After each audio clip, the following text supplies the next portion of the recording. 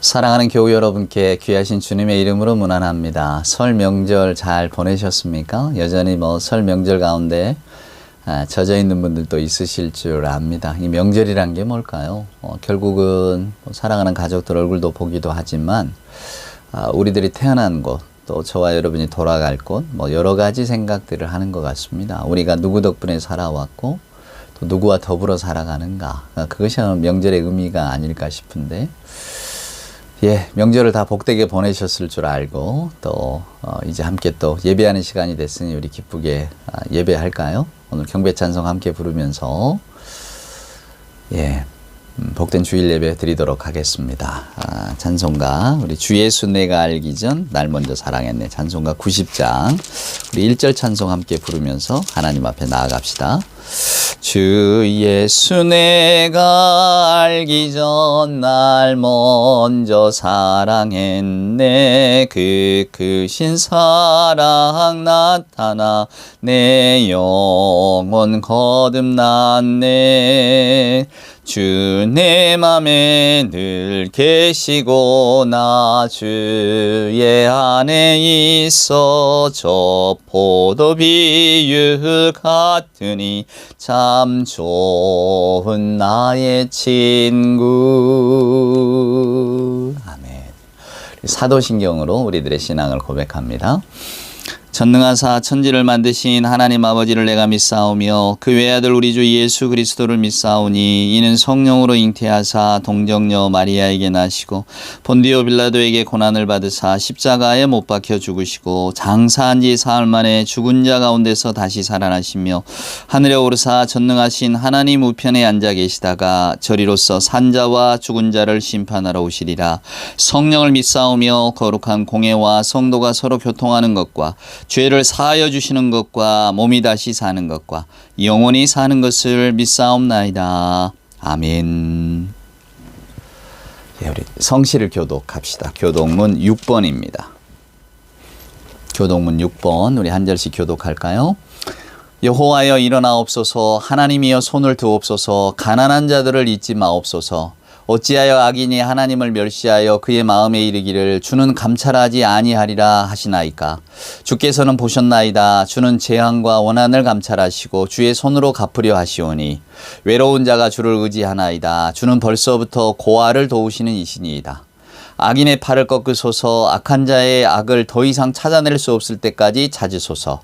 여호와께서는 영원 무궁하도록 왕이시니 이방 나라들이 주의 땅에서 멸망하였나이다. 여호와여 주는 겸손한 자의 소원을 들으셨사오니 그들의 마음을 준비하시며 귀를 기울여 들으시고 고아와 압제당하는 자를 위하여 심판하사 세상에 속한 자가 다시는 위협하지 못하게 하시리이다. 아멘. 아멘. 오늘 예배 찬송은 우리 찬송가 301장 부를까요? 우리 명절에 아마 많이 부르셨을 것 같은데, 지금까지 지내온 것 주의 크신 은혜라. 우리 하나님의 은혜, 또 가족의 사랑, 또 더불어 우리와 함께하는 모든 분들을 생각하면서 정말로 내게 주신 복이 얼마나 큰가, 이런 것들을 느끼는 찬송이 됐으면 좋겠습니다. 우리 301장 찬송가 1절 2절 우리 찬송할까요? 지금까지 지내온 것 주의 크신 은혜라. 한이 없는 주의 사랑 어찌 이루 말하랴. 자나깨나 주의 손이 항상 살펴주시고 모든 일을 주 안에서 형통하게 하시네. 몸도 마음도 연약하나 새 힘 받아 살았네. 물 붓듯이 부으시는 주의 은혜 족하다. 사랑 없는 거리에 나 험한 산길에 맬 때 주의 손을 굳게 잡고 찬송하며 가리라. 아멘. 기도하겠습니다. 사랑과 은총으로 함께 하시는 아버지 하나님, 감사합니다. 이 세상을 이처럼 사랑하사 독생자 예수를 우리에게 보내주신 사랑의 하나님, 오늘 저희들 명절을 맞아 또 온 가족 함께 모이기도 하고 각각의 형편에 따라 명절을 보내면서 저희들의 삶의 근본과 또 저희들의 삶을 되돌아봅니다. 하나님, 저희들은 하나님의 사랑을 받고 또 더 많이 받고 싶어 하면서도 우리들 주변에 있는 사람들, 이웃들 사랑하지도 못하고 또 사랑하려고도 하지 않습니다. 은혜로우신 하나님, 저희들이 잘못한 일은 용서받아야 하고 또 받고 싶어 하면서도 저희들의 형제와 이웃 용서하지도 못하고 노력도 하지 못합니다. 우리 주님 말씀하신 것처럼 눈 속에 대들보를 넣은 채 남의 손에 가시를 뽑는다고 떠들 때가 많습니다. 하나님, 이게 저희들의 연약함입니다.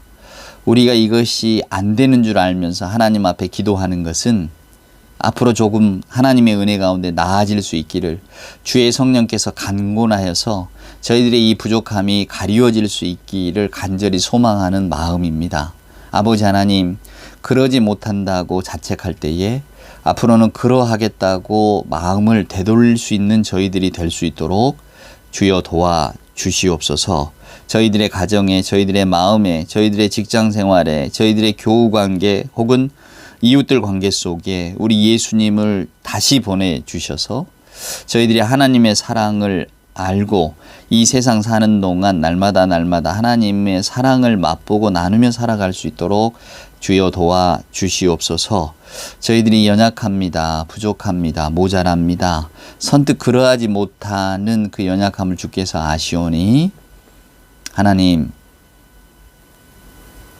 저희들이 순간순간 하나님의 사랑 안에서 그 마음을 돌릴 수 있도록 주여 도와주시고, 안 되는 일은, 오늘 안 되는 일은 내일 할 수 있도록 정말 서서히 변해가면서 하나님의 사랑을 더 크게 깨달을 수 있도록 저희들의 생각과 마음을 깨우쳐 주시옵소서.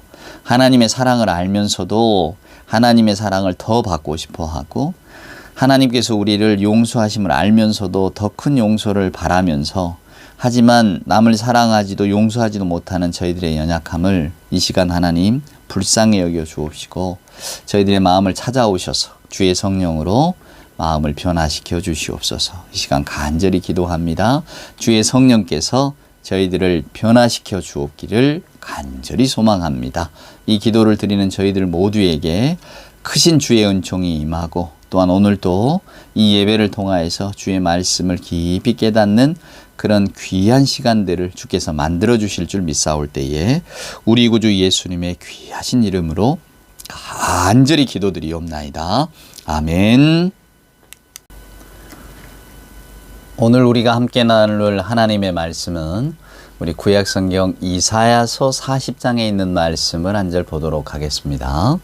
구약성경 페이지는 1014페이지인데요. 제가 40장 1절 말씀을 먼저 한번 읽어볼게요. 너희의 하나님이 이르시되 너희는 위로하라 내 백성을 위로하라. 너희는 위로하라 내 백성을 위로하라. 선지자 입에 주신 말씀이 백성을 위로하라는 말씀입니다. 뭘 위로하라는 걸까요? 한번 이제 3절 보시겠어요? 3절부터는 여러분도 잘 아실 겁니다. 외치는 자의 소리여 이르되 너희는 광야에서 여호와의 길을 예비하라. 사막에서 우리 하나님의 대로를 평탄하게 하라. 골짜기마다 도두어지며 산마다 언덕마다 낮아지며 고르지 아니한 곳이 평탄하게 되며 험한 곳이 평지가 될 것이요 여호와의 영광이 나타나고 모든 육체가 그것을 함께 보리라. 이는 여호와의 입이 말씀하셨느니라. 이 말씀 너무 잘 아시죠? 우리 예수님 이 땅에 사역 시작하실 때에 선포되는 말씀이고, 또 한 절 보실래요? 그 밑에 8절을 보면 푸른 마르고 꽃은 시드나 우리 하나님의 말씀은 영원히 서리라. 이것도 너무 잘 아는 말씀 아닙니까? 자, 이사야 선지자가 이 말씀을 왜 백성들에게 전할까? 하나님께서 자기에게 나타나셔서 백성들을 위로하라 그랬답니다.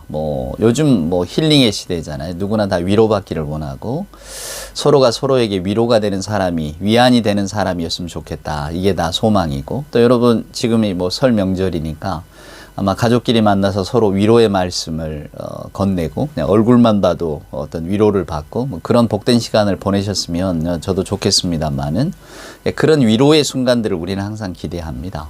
근데 이 구약 성경의 이사야라고 하는 선지자가 왜 오늘 하나님께서 너희를 위로하라고 그 말씀을 내 입에 주셨다고 할까? 또 마치 이렇게 막 높은 산들이 낮아지고 골짜기가 평탄해지는 것처럼 놀라운 하나님의 세계가 펼쳐질 거라고 말할까? 풀도 마르고 꽃은 시드나 하나님의 말씀은 영원하다. 이런 말씀을 왜 전하라고 했을까? 그리고 그 말씀을 듣는 이스라엘 백성들의 마음은 어땠을까? 우리는 이제 여기에 어떤 그 생각을 집중하게 됩니다. 그죠? 여러분 아시는 것처럼 이사야 선지자가 활동하던 시절, 이사야 선지자가 백성들에게 하나님의 말씀을 전할 때는 이스라엘 백성들이 가장 어려울 때입니다. 그러니까 위로하라는 말씀이 지금 나오는 거겠죠. 기원전, 그러니까 예수님 오시기 전에 약 587년경에 이제 남방 유다가 그때 당시에 가장 강력한 대국이던 바벨론에게 망합니다, 여러분. 그래서 다 포로로 끌려가요. 지금이 그때예요. 그러니까 바벨론이라고 하는 거대 제국이 이스라엘뿐만 아니라 고대 근동을 다 지배하던 시절이니까, 지금으로 말하면 뭘 말할까요? 지금 세계 최강대국은 미국이니까 그냥 그 미국 같은 나라라고 생각하면 되겠죠, 여러분. 우리가 생각할 때 절대 망하지 않고 세상에서 가장 강하고 그 나라는 가장 힘이 세다, 요렇게 느껴지는 나라. 그러니까 요즘식으로 이야기하면 미국이고, 예적 우리가 아는 시절로 돌아가면 고대 로마나 그렇게 볼 수 있겠죠. 근데 이 바벨론도 그런 제국이었습니다.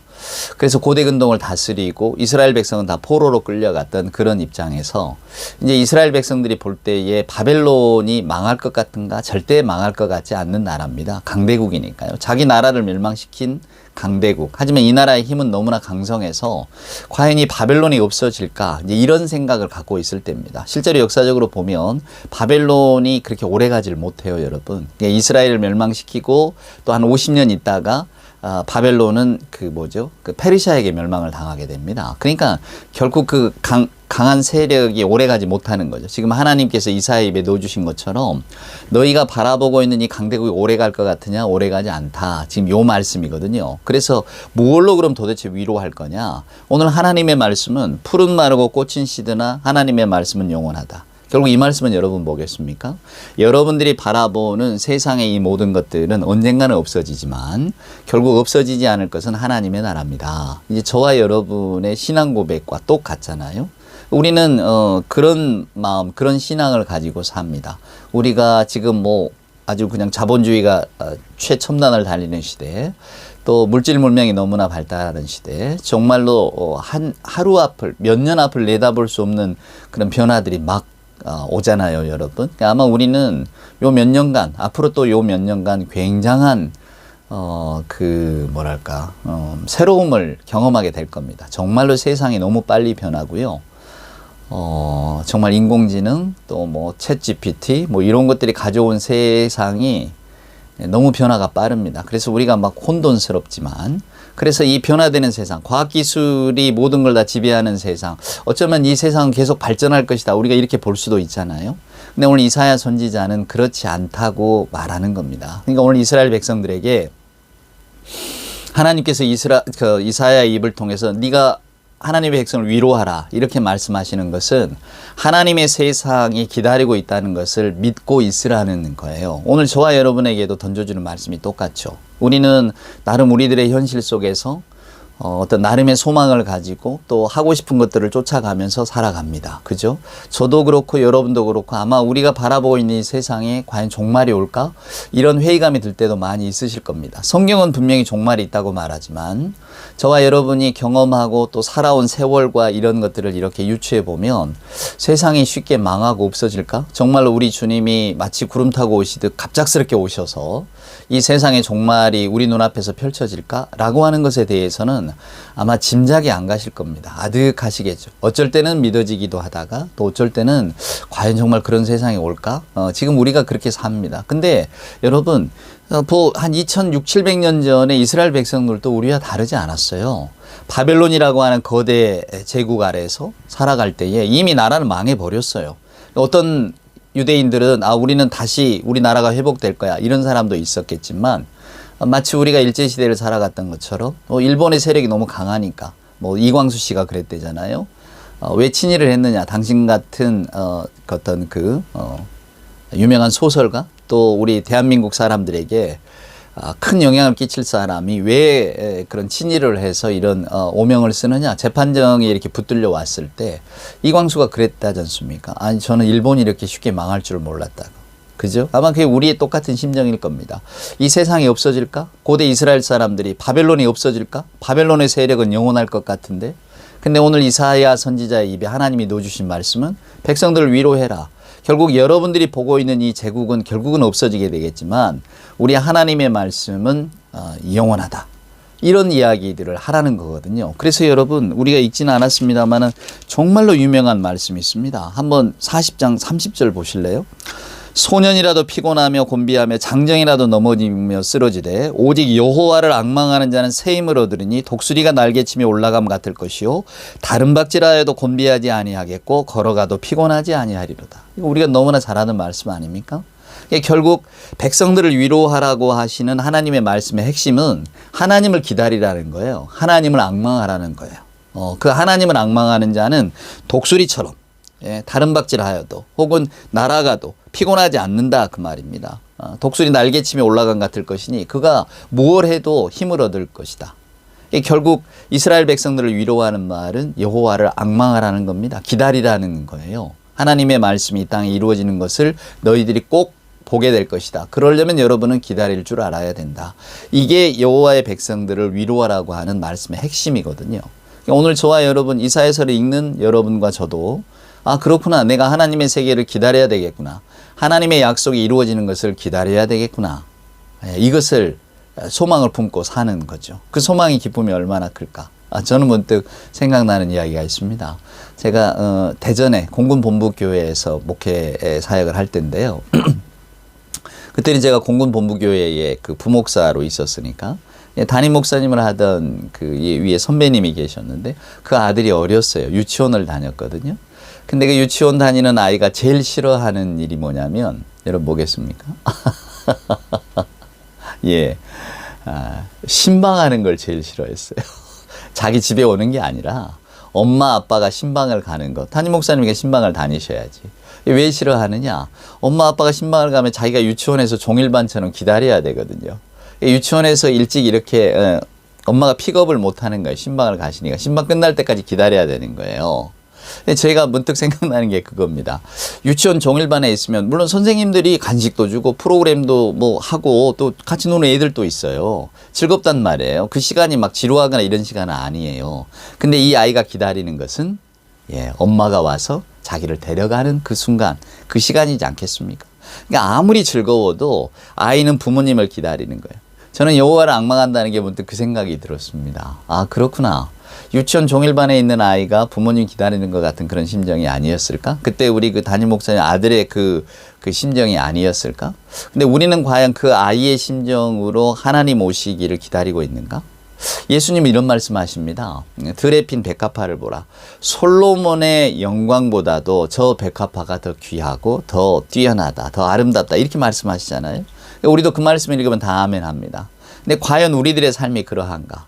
저만 해도 그렇습니다. 여러분은 솔로몬의 영광보다도 솔로몬이라는 게 그때 당시 이스라엘의 가장 부유한 왕처럼 여겨지는 성공의 대명사 아닙니까? 근데 과연 그 솔로몬의 영광을 입은 것이 더 좋을까? 아니면 들에 핀 백합화가 좋을까? 저는 솔로몬의 영광이 더 좋을 것 같거든요. 여러분도 그러실 겁니다. 우리가 들에 핀 백합화를 아무리 사랑하고 귀하게 여긴다고 해도 저와 여러분이 현실에 발딛고 있는 동안에는 솔로몬의 영광이 더 크고 좋아 보이는 게 사실 아닙니까? 요즘처럼 성공이니 이런 것들이 더군다나 사회의 편만한 시절 속에서는 우리는 모두가 다 솔로몬의 영광을 힘입기를 바라지 들에 핀 백합화의 고고한 아름다움 이것을 추구하려는 사람은 거의 없을 겁니다. 아이, 두레핀 백합화 아름다운 거야. 누가 모르겠습니까? 고고하고 귀하고 고상하다는 거 누가 모르겠어요. 그러나 우리는 그 고고하고 어떤 고상한 것보다도 제가 늘 가끔 소개하는 그 백석이라고 하는 시인의 시에 보면 우리는 높고 가난하고 외롭고 쓸쓸하게 태어났다 뭐 이런 고백을 하는데 그 시를 읽으면 다 감동하거든요. 아, 참 시가 좋다. 근데 만약에 당신이 그럼 그렇게 살 거냐? 높고 가난하고 외롭고 쓸쓸하게 살고 싶으냐? 그러면 다 고개를 젓는단 말이에요. 그렇게 살고 싶지는 않거든요. 우리도 마찬가지입니다. 예수님은 드레핀 백합화가 더 근사하다고 말씀하셨지만 우리는 여전히 솔로몬의 영광을 사랑하고 그 영광을 기다리면서 사는 사람 아닙니까? 그러니까 항상 이렇게 어정쩡한 스탠스를 가지고 있는 거예요. 그러니 여호와를 앙망하라고 하는 이 이사야 선지자의 말씀을 들어도 그때 당시에 아마 이스라엘 백성들의 마음은 두 가지였을 겁니다. 이미 바벨론에 동화돼서 살아가는 사람도 여러분 있지 않겠습니까? 그들은 아마도 나 이렇게 사는 것도 괜찮은데 이렇게 생각할 거예요. 근데 망해버린 이스라엘에 대한 소망이 있는 사람들, 또 내 고향 땅에서 지금 끌려와 있잖아요. 그러니까 다시 고향 땅으로 돌아가고 싶은 사람들의 마음속에는 정말로 그 나라가 왔으면 좋겠다. 정말 하나님의 나라가 빨리 이루어졌으면 좋겠다. 이런 마음으로 그 말씀을 받는 사람도 있었겠죠. 그러나 어느 누구의 마음속에든 과연 그런 일이 일어날 수 있을까라고 하는 의심은 다 있었을 거라고 저는 생각합니다. 왜냐하면 눈으로 보고 우리가 체험하는 세계가 주는 그 아주 촘촘함이 우리가 넘어서기가 힘들거든요. 그러니까 우리의 현실이라고 하는 것들을 저와 여러분이 아무리 신앙 안에서 이것을 이해하고 뛰어넘어 보려고 해도 실제로 대부분의 우리들은 현실의 벽 앞에서 적당히 타협하면서 살아갈 수밖에 없습니다. 그래서 말씀드린 것처럼 솔로몬의 영광, 또 드레핀 백합화, 여기에서 그냥 어정쩡하게 있는 거죠. 머리는 솔로몬의 영광보다는 드레핀 백합화가 더 좋다고 여겨야 되는데 우리의 어떤 이 삶의 조건들은 여전히 솔로몬의 영광을 그리워하니까 말입니다. 그래서 우리가 참 애매해요. 오늘 제 설교 제목이 내기입니다. 원래는 도박사의 내기거든요. 도박사의 내기. 도박사가 내기를 합니다. 도박사가 뭔가를 건다 그 말이에요. 근데 그 사람이 걸 때 자기가 이긴다는 확신이 있을까요? 물론 확신이 있으니까 걸겠죠. 자기의 어떤 판단과 결단에 따라서 걸겠죠. 그러나 과연 그것이 어떤 결과로 주어질지는 아무도 모르는 거 아닙니까? 근데 이 도박사의 내기라고 하는 용어를 쓴 사람이 있어요. 여러분 아마 들어보셨을 겁니다. 인간은 생각하는 갈대다. 프랑스의 철학자인 파스칼이라고 하는 사람이 말한 명제입니다. 인간은 생각하는 갈대다. 그 사람이 쓴 유명한 책이 팡세라는 책인데 한 600페이지쯤 돼요. 그래서 읽기가 쉽지 않은데 이 사람의 삶을 이렇게 보면 지금부터 한 400여 년 전 사람인데 3살 때 어머니가 돌아가셔요. 좀 인생으로 보면 좀 안타깝죠. 어머니가 일찍 돌아가시니까. 근데 천재였나 봐요. 12살에 아주 놀라운 수학 문제도 풀고 사람들에게 인정도 받고 그래서 아주 인정받는 수학자요, 철학자로 살아가는데 그가 쓴 유명한 책이 이제 팡세인데 팡세라고 하는 그 프랑스 말이 생각입니다. 그러니까 인간은 생각하는 갈대다. 그 말이 왜 나왔냐면 이제 파스칼이 볼 때 우리 인간이라는 존재는 갈대 같아요. 그러니까 쉽게 부러지는 거죠. 바람만 불어도 그냥 뚝뚝 부러지는. 그러니까 이렇게 그래서 파스칼은 이야기하기를 온 우주가 인간을 죽이려고 자기 힘을 동원할 필요가 없다 이거예요. 인간은 그만큼 연약하니까. 하지만 그 연약한 갈대가 귀한 것은 그가 생각하기 때문이다. 사유하는 능력이 있기 때문이다. 저와 여러분이 이렇게 연약하잖아요. 인간의 존재라는 게 어느 순간에 건강한 것 같다가도 순간적인 사고라든가 병이 들면 또 사라지는 것이 우리 인간의 어떤 그 숙명 같은 거잖아요. 또 나이가 들면 또 이렇게 늙어가고 몸의 기능을 다 잃어가고 그러면서 이렇게 서서히 죽음으로 가까이 가는 게 우리 인간 아닙니까? 어쩔 때는 세상을 다 바꿀 어떤 그 거대한 존재 같다가도 또 어쩔 때는 아주 연약한 정말로 갈대 같은 그런 존재일처럼 느껴질 때가 많죠. 근데 파스칼도 우리 인간은 그런 존재입니다. 이렇게 이야기를 하면서 그러나 인간이 귀한 것은 그에게 생각하는 능력이 있기 때문입니다. 제가 오늘 파스칼 얘기를 왜 드리냐면 파스칼이 신학자거든요. 회심을 많이 해요.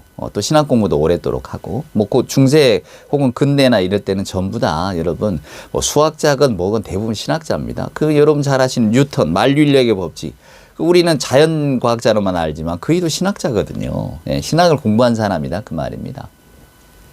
이 파스칼이 무슨 이야기를 하느냐면요. 자기가 이렇게 곰곰이 생각해 보니까 믿음이라고 하는 게 뭐냐. 믿음이라고 하는 것은 내가 하나님을 믿겠다라고 하는 그 마음을 딱 결단을 하고 믿어야 된다는 거예요.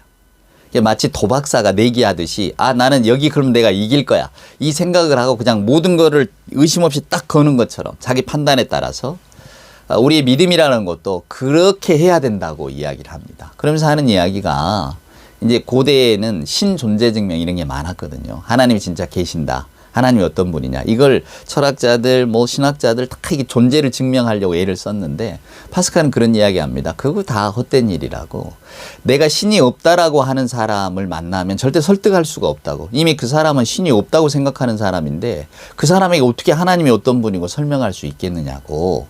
그러니까 우리가 하나님을 믿는다고 하는 것은 이건 우리의 결단이 필요한 거다. 무조건 누가 시켜서도 아니고 뭘 해서도가 아니라 내가 오늘부터 하나님을 믿겠다.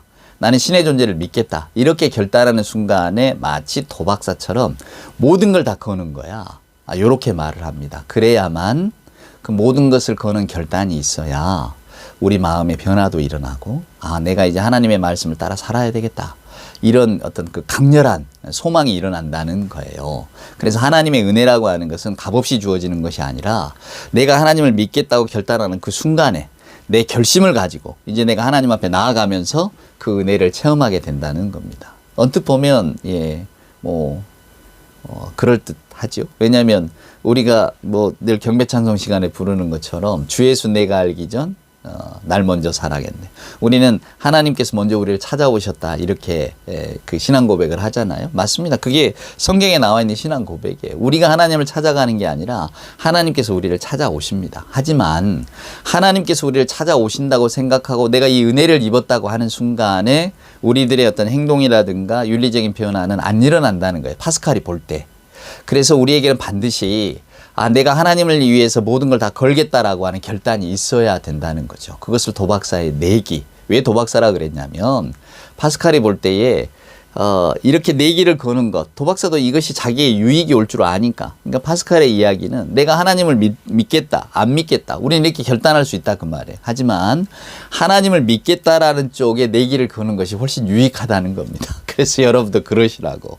이게 파스칼의 이야기인데요. 저는 문득 이런 생각이 들었습니다. 우리에게 모자란 게 저나 여러분이나 어떤 결핍을 가지고 있는 게 나는 왜 예수를 믿었는데 내가 내 삶이나 생각이나 말이나 행동에 변화가 별로 없을까?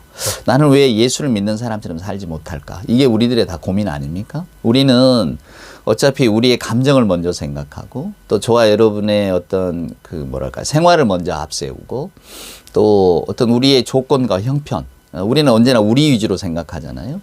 그러니까 거기에 맞춰서 행동과 어떤 말이라든가 이런 행동 양식을 결정하기 때문에 우리가 예수를 믿고 산다는 게 쉬운 일이 아닙니다. 예수님은 여기 맞으면 여기까지 돌려대라 그러는데 우리는 여기를 맞으면 왜 도대체 당신이 나를 때린 이유가 뭐냐고 따지고 들잖아요. 그것이 납득이 돼야만 우리가 고개를 끄덕이지 서로 납득이 되는 이유로 할지라도 그래도 네가 나를 때리는 건 잘못이야 이러면서 더 그냥 심한 말을 하고 싶고 심한 행동을 하고 싶은 게 이게 우리들의 마음 아닙니까? 내가 받은 대로 돌려준다. 이게 우리가 세상을 살아가는 일종의 생존 방식이겠죠. 그러니까 어떤 진화 심리학자나 혹은 진화 과학자들이 이야기하는 것처럼 인간의 유전자라고 하는 것은 자기가 살아남기 위해서 이 모든 것들을 발전시켜 나가는 겁니다. 그게 여러분 적자 생존이고 그런 법칙들 아닙니까? 그러니까 인간은 자기에게 유익한 유전자를 계속해서 남긴다고. 불리한 거는 다 없애버리고. 왜냐하면 내가 살아야 되니까. 그래서 그걸 이기적 유전자라고 하잖아요. 내가 살기 위해서. 저는 우리들의 생각과 감정에도 그러한 것들이 남아있다고 생각을 합니다. 그러니까 우리는 내게 부당한 일은 못 참고요. 내가 이해가 안 되는 일은 반드시 이해를 시키고 싶고. 우리 예수님은 결국은 이 뺨을 맞아도 여기를 돌려대라는 것은 억울해도 참으라는 거 아니에요. 그렇죠, 여러분? 예수님이 십자가에 죄가 있어 돌아가셨습니까? 하지만 예수님 그냥 감내하시잖아요.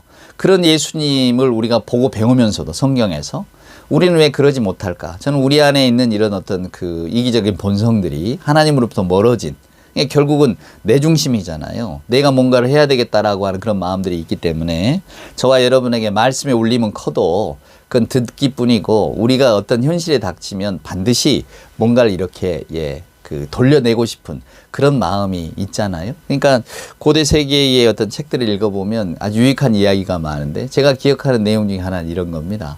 어떤 선생님이 이렇게 그 양말을 짝짝으로 신고 나왔대요.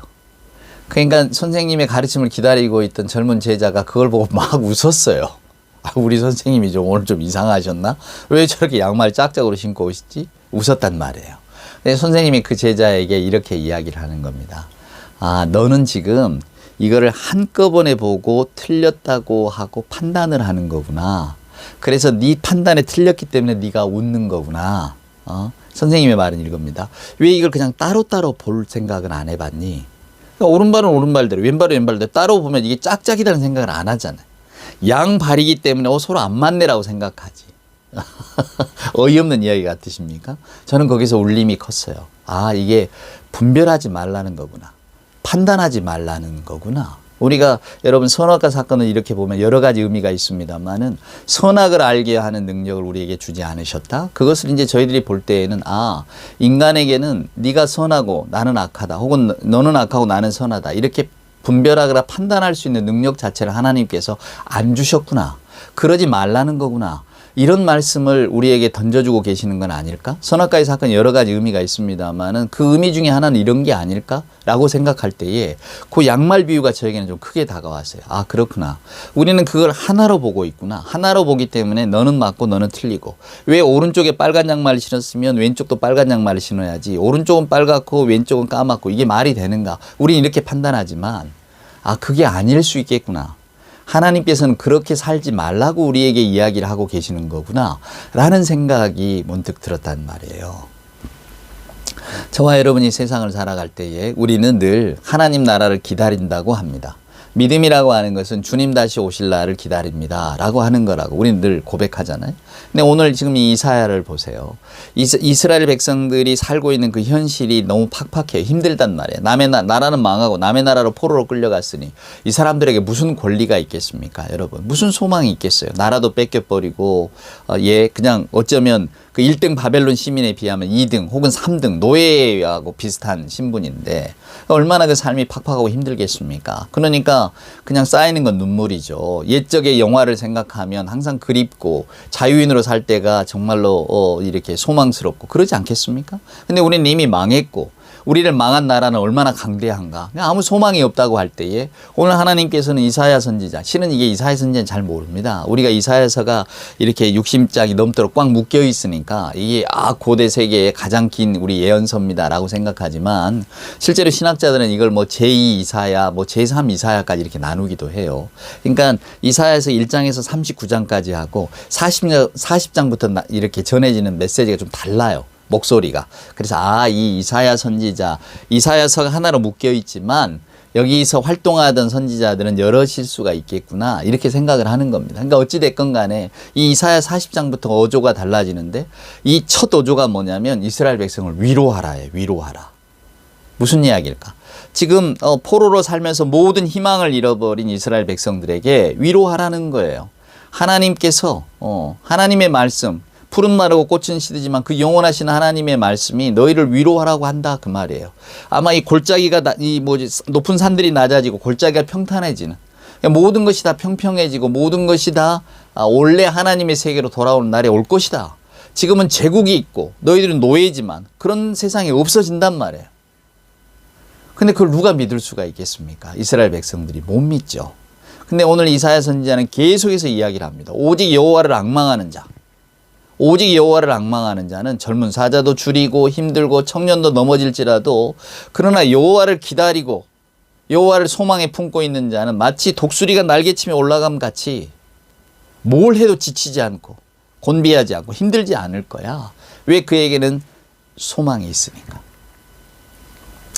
저나 여러분이 꿈꾸는 세상은 뭘까요? 우리들이 꿈꾸는 세상은 오지 않을 겁니다, 여러분. 우리는 모두가 행복한 나라, 모두가 다 평등한 나라, 모두가 다 어떤 그 사람으로 서로 인정받고 사랑받는 존재로 살아가는 그런 나라들을 소망하겠지만, 우리 인간이 만든 질서는 모두가 다 행복한 세계는 없습니다. 누군가는 가지면 누군가는 못 갖고, 누군가는 인정을 받으면 누군가는 인정을 받지 못하는 그런 시대 속에 살지 않습니까? 앞으로는 그게 더 할 겁니다.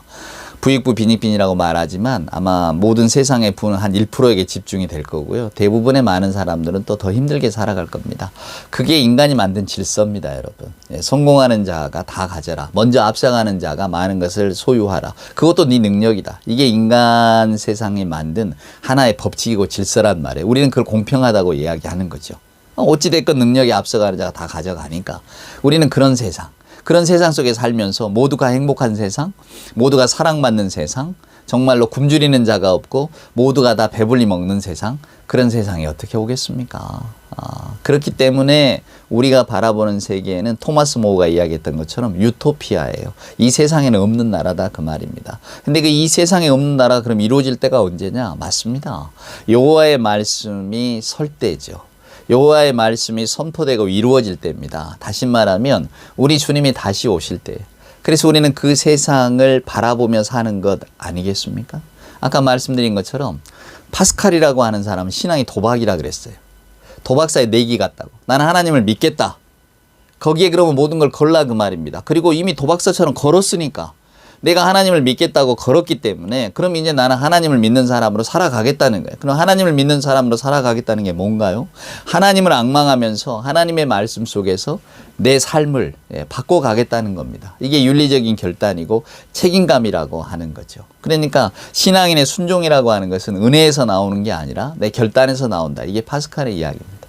우리는 너무 은혜 하니까 실은 개인의 결단이 많이 이렇게 퇴색하는 그런 느낌을 받습니다. 근데 이게 결단한다는 게 쉬운 일이 아니에요. 왜냐하면 우리의 일상의 어떤 삶의 관성이라고 하는 것이 우리를 그렇게 몰고 가거든요. 가만히 놔두면 그냥 그대로 흘러가도록.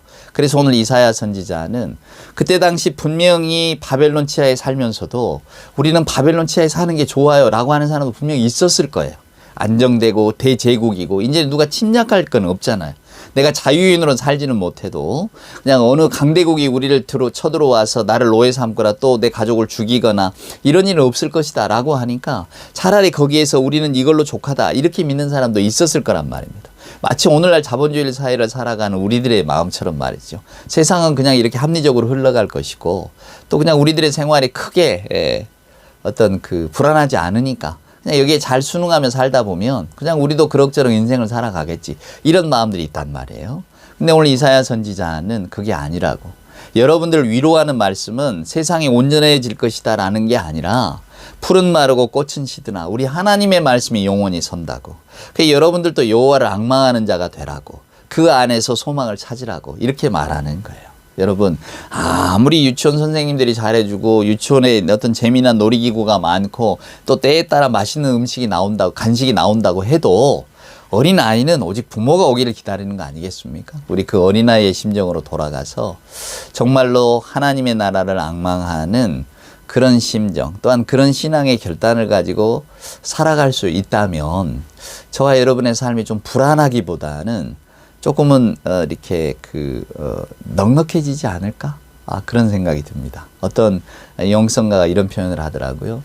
우리가 예수 믿는 우리가 예수를 믿지 않는 사람과 다른 이유가 딱 하나라고. 그건 뭐냐면 예수 믿는 분들은 십자가와 함께 하루를 시작하는 거라고. 이런 이야기를 하더라고요. 십자가와 함께 하루를 시작한다. 그럼 도대체 여러분 그게 뭘까요? 십자가는 뭘 상징하나요? 결국 예수님의 부활을 상징하거든요. 예수님의 세계를 상징한다 그 말입니다. 오늘날 우리가 가지고 있는 종말신앙 말입니다. 하나님의 나라가 온다. 하나님의 나라는 이루어진다. 오늘 이사야 선지자의 표현을 빌리면 여호와를 앙망하는 삶을 살아라. 이런 거거든요. 그러니까 오늘 예수 믿는 자의 실존은 실은 종말론적입니다. 우리가 보는 세상은 마치 바벨론이 그랬던 것처럼 언젠가는 없어질 것이고 우리는 하나님의 나라를 소망하며 살아야지. 그 하나님의 나라를 소망한다는 게 어떤 것인가 저는 여러분께 잘 설명드릴 수 있는 자신은 없어요. 근데 오늘 파스칼의 이야기를 빌려서 말씀드리면 거기에 여러분 모든 걸 거시라 그 말이에요. 우리 도박사처럼 내기하고 내가 내기에 걸었기 때문에 나는 이제 이 내기를 건 도박사의 심정으로 꼭 이것이 이루어지기를 바라면서 또 거기에 걸맞는 삶을 살아야지. 하나님 안에서 위로함을 얻고 하나님 안에서 불안하기보다는 어떤 평안을 얻고 또 하나님께 더 가까이 가는 연습을 하면서 살아가는 것. 모든 여러분 뭐 우리가 좀 아쉬웠습니다만은 그 축구가 결승에 못 올라가고 아쉬웠잖아요. 저도 아쉬웠는데 근데 그 운동 선수들이 그 실력을 유지하기까지 매일 연습하잖아요. 연습하지 않으면 금방 떨어지고 알잖아요. 또 예술가들은 평생토록 한대잖아요. 평생토록 죽기 전까지도 뭐 피카소 뭐 그림을 그리고 그랬대잖아요. 예, 그런 것들처럼 우리도 하나님을 믿는 연습은 계속해야 되지 않겠는가. 그러니까 날마다 도박사의 내기처럼 아침이면 나는 하나님께 모든 걸 걸었습니다. 그 심정으로 살아갈 때에 오늘 하나님이 주시는 평강을 우리가 맛볼 수 있지 않을까라는 생각을 해봅니다. 어렵고 힘들어도 한번 그 길을 힘차게 갈 수 있기를 그런 결단을 하는 내가 이제는 정말 나는 하나님을 믿기로 했다. 이렇게 결단하는 마음으로 살아갈 수 있는 우리가 될 수 있기를 주님의 이름으로 축원을 드립니다. 기도하시겠습니다. 이제는 우리 구주 예수 그리스도 크신 은혜와 아버지 하나님의 만극하신 사랑하심과 자비하신 성령님이 함께 하심이 오늘도 함께 예배하며 또 말씀대로 신앙의 결단을 하는 우리 예배하는 모든 하나님의 자녀들 머리머리 위에와 저들의 생각과 믿음과 또 생활 위에 주님 사랑하시는 복된 교회 위에 이제로부터 영원 무궁토록 함께하여 주옵기를 간절히 축원하옵나이다. 아멘.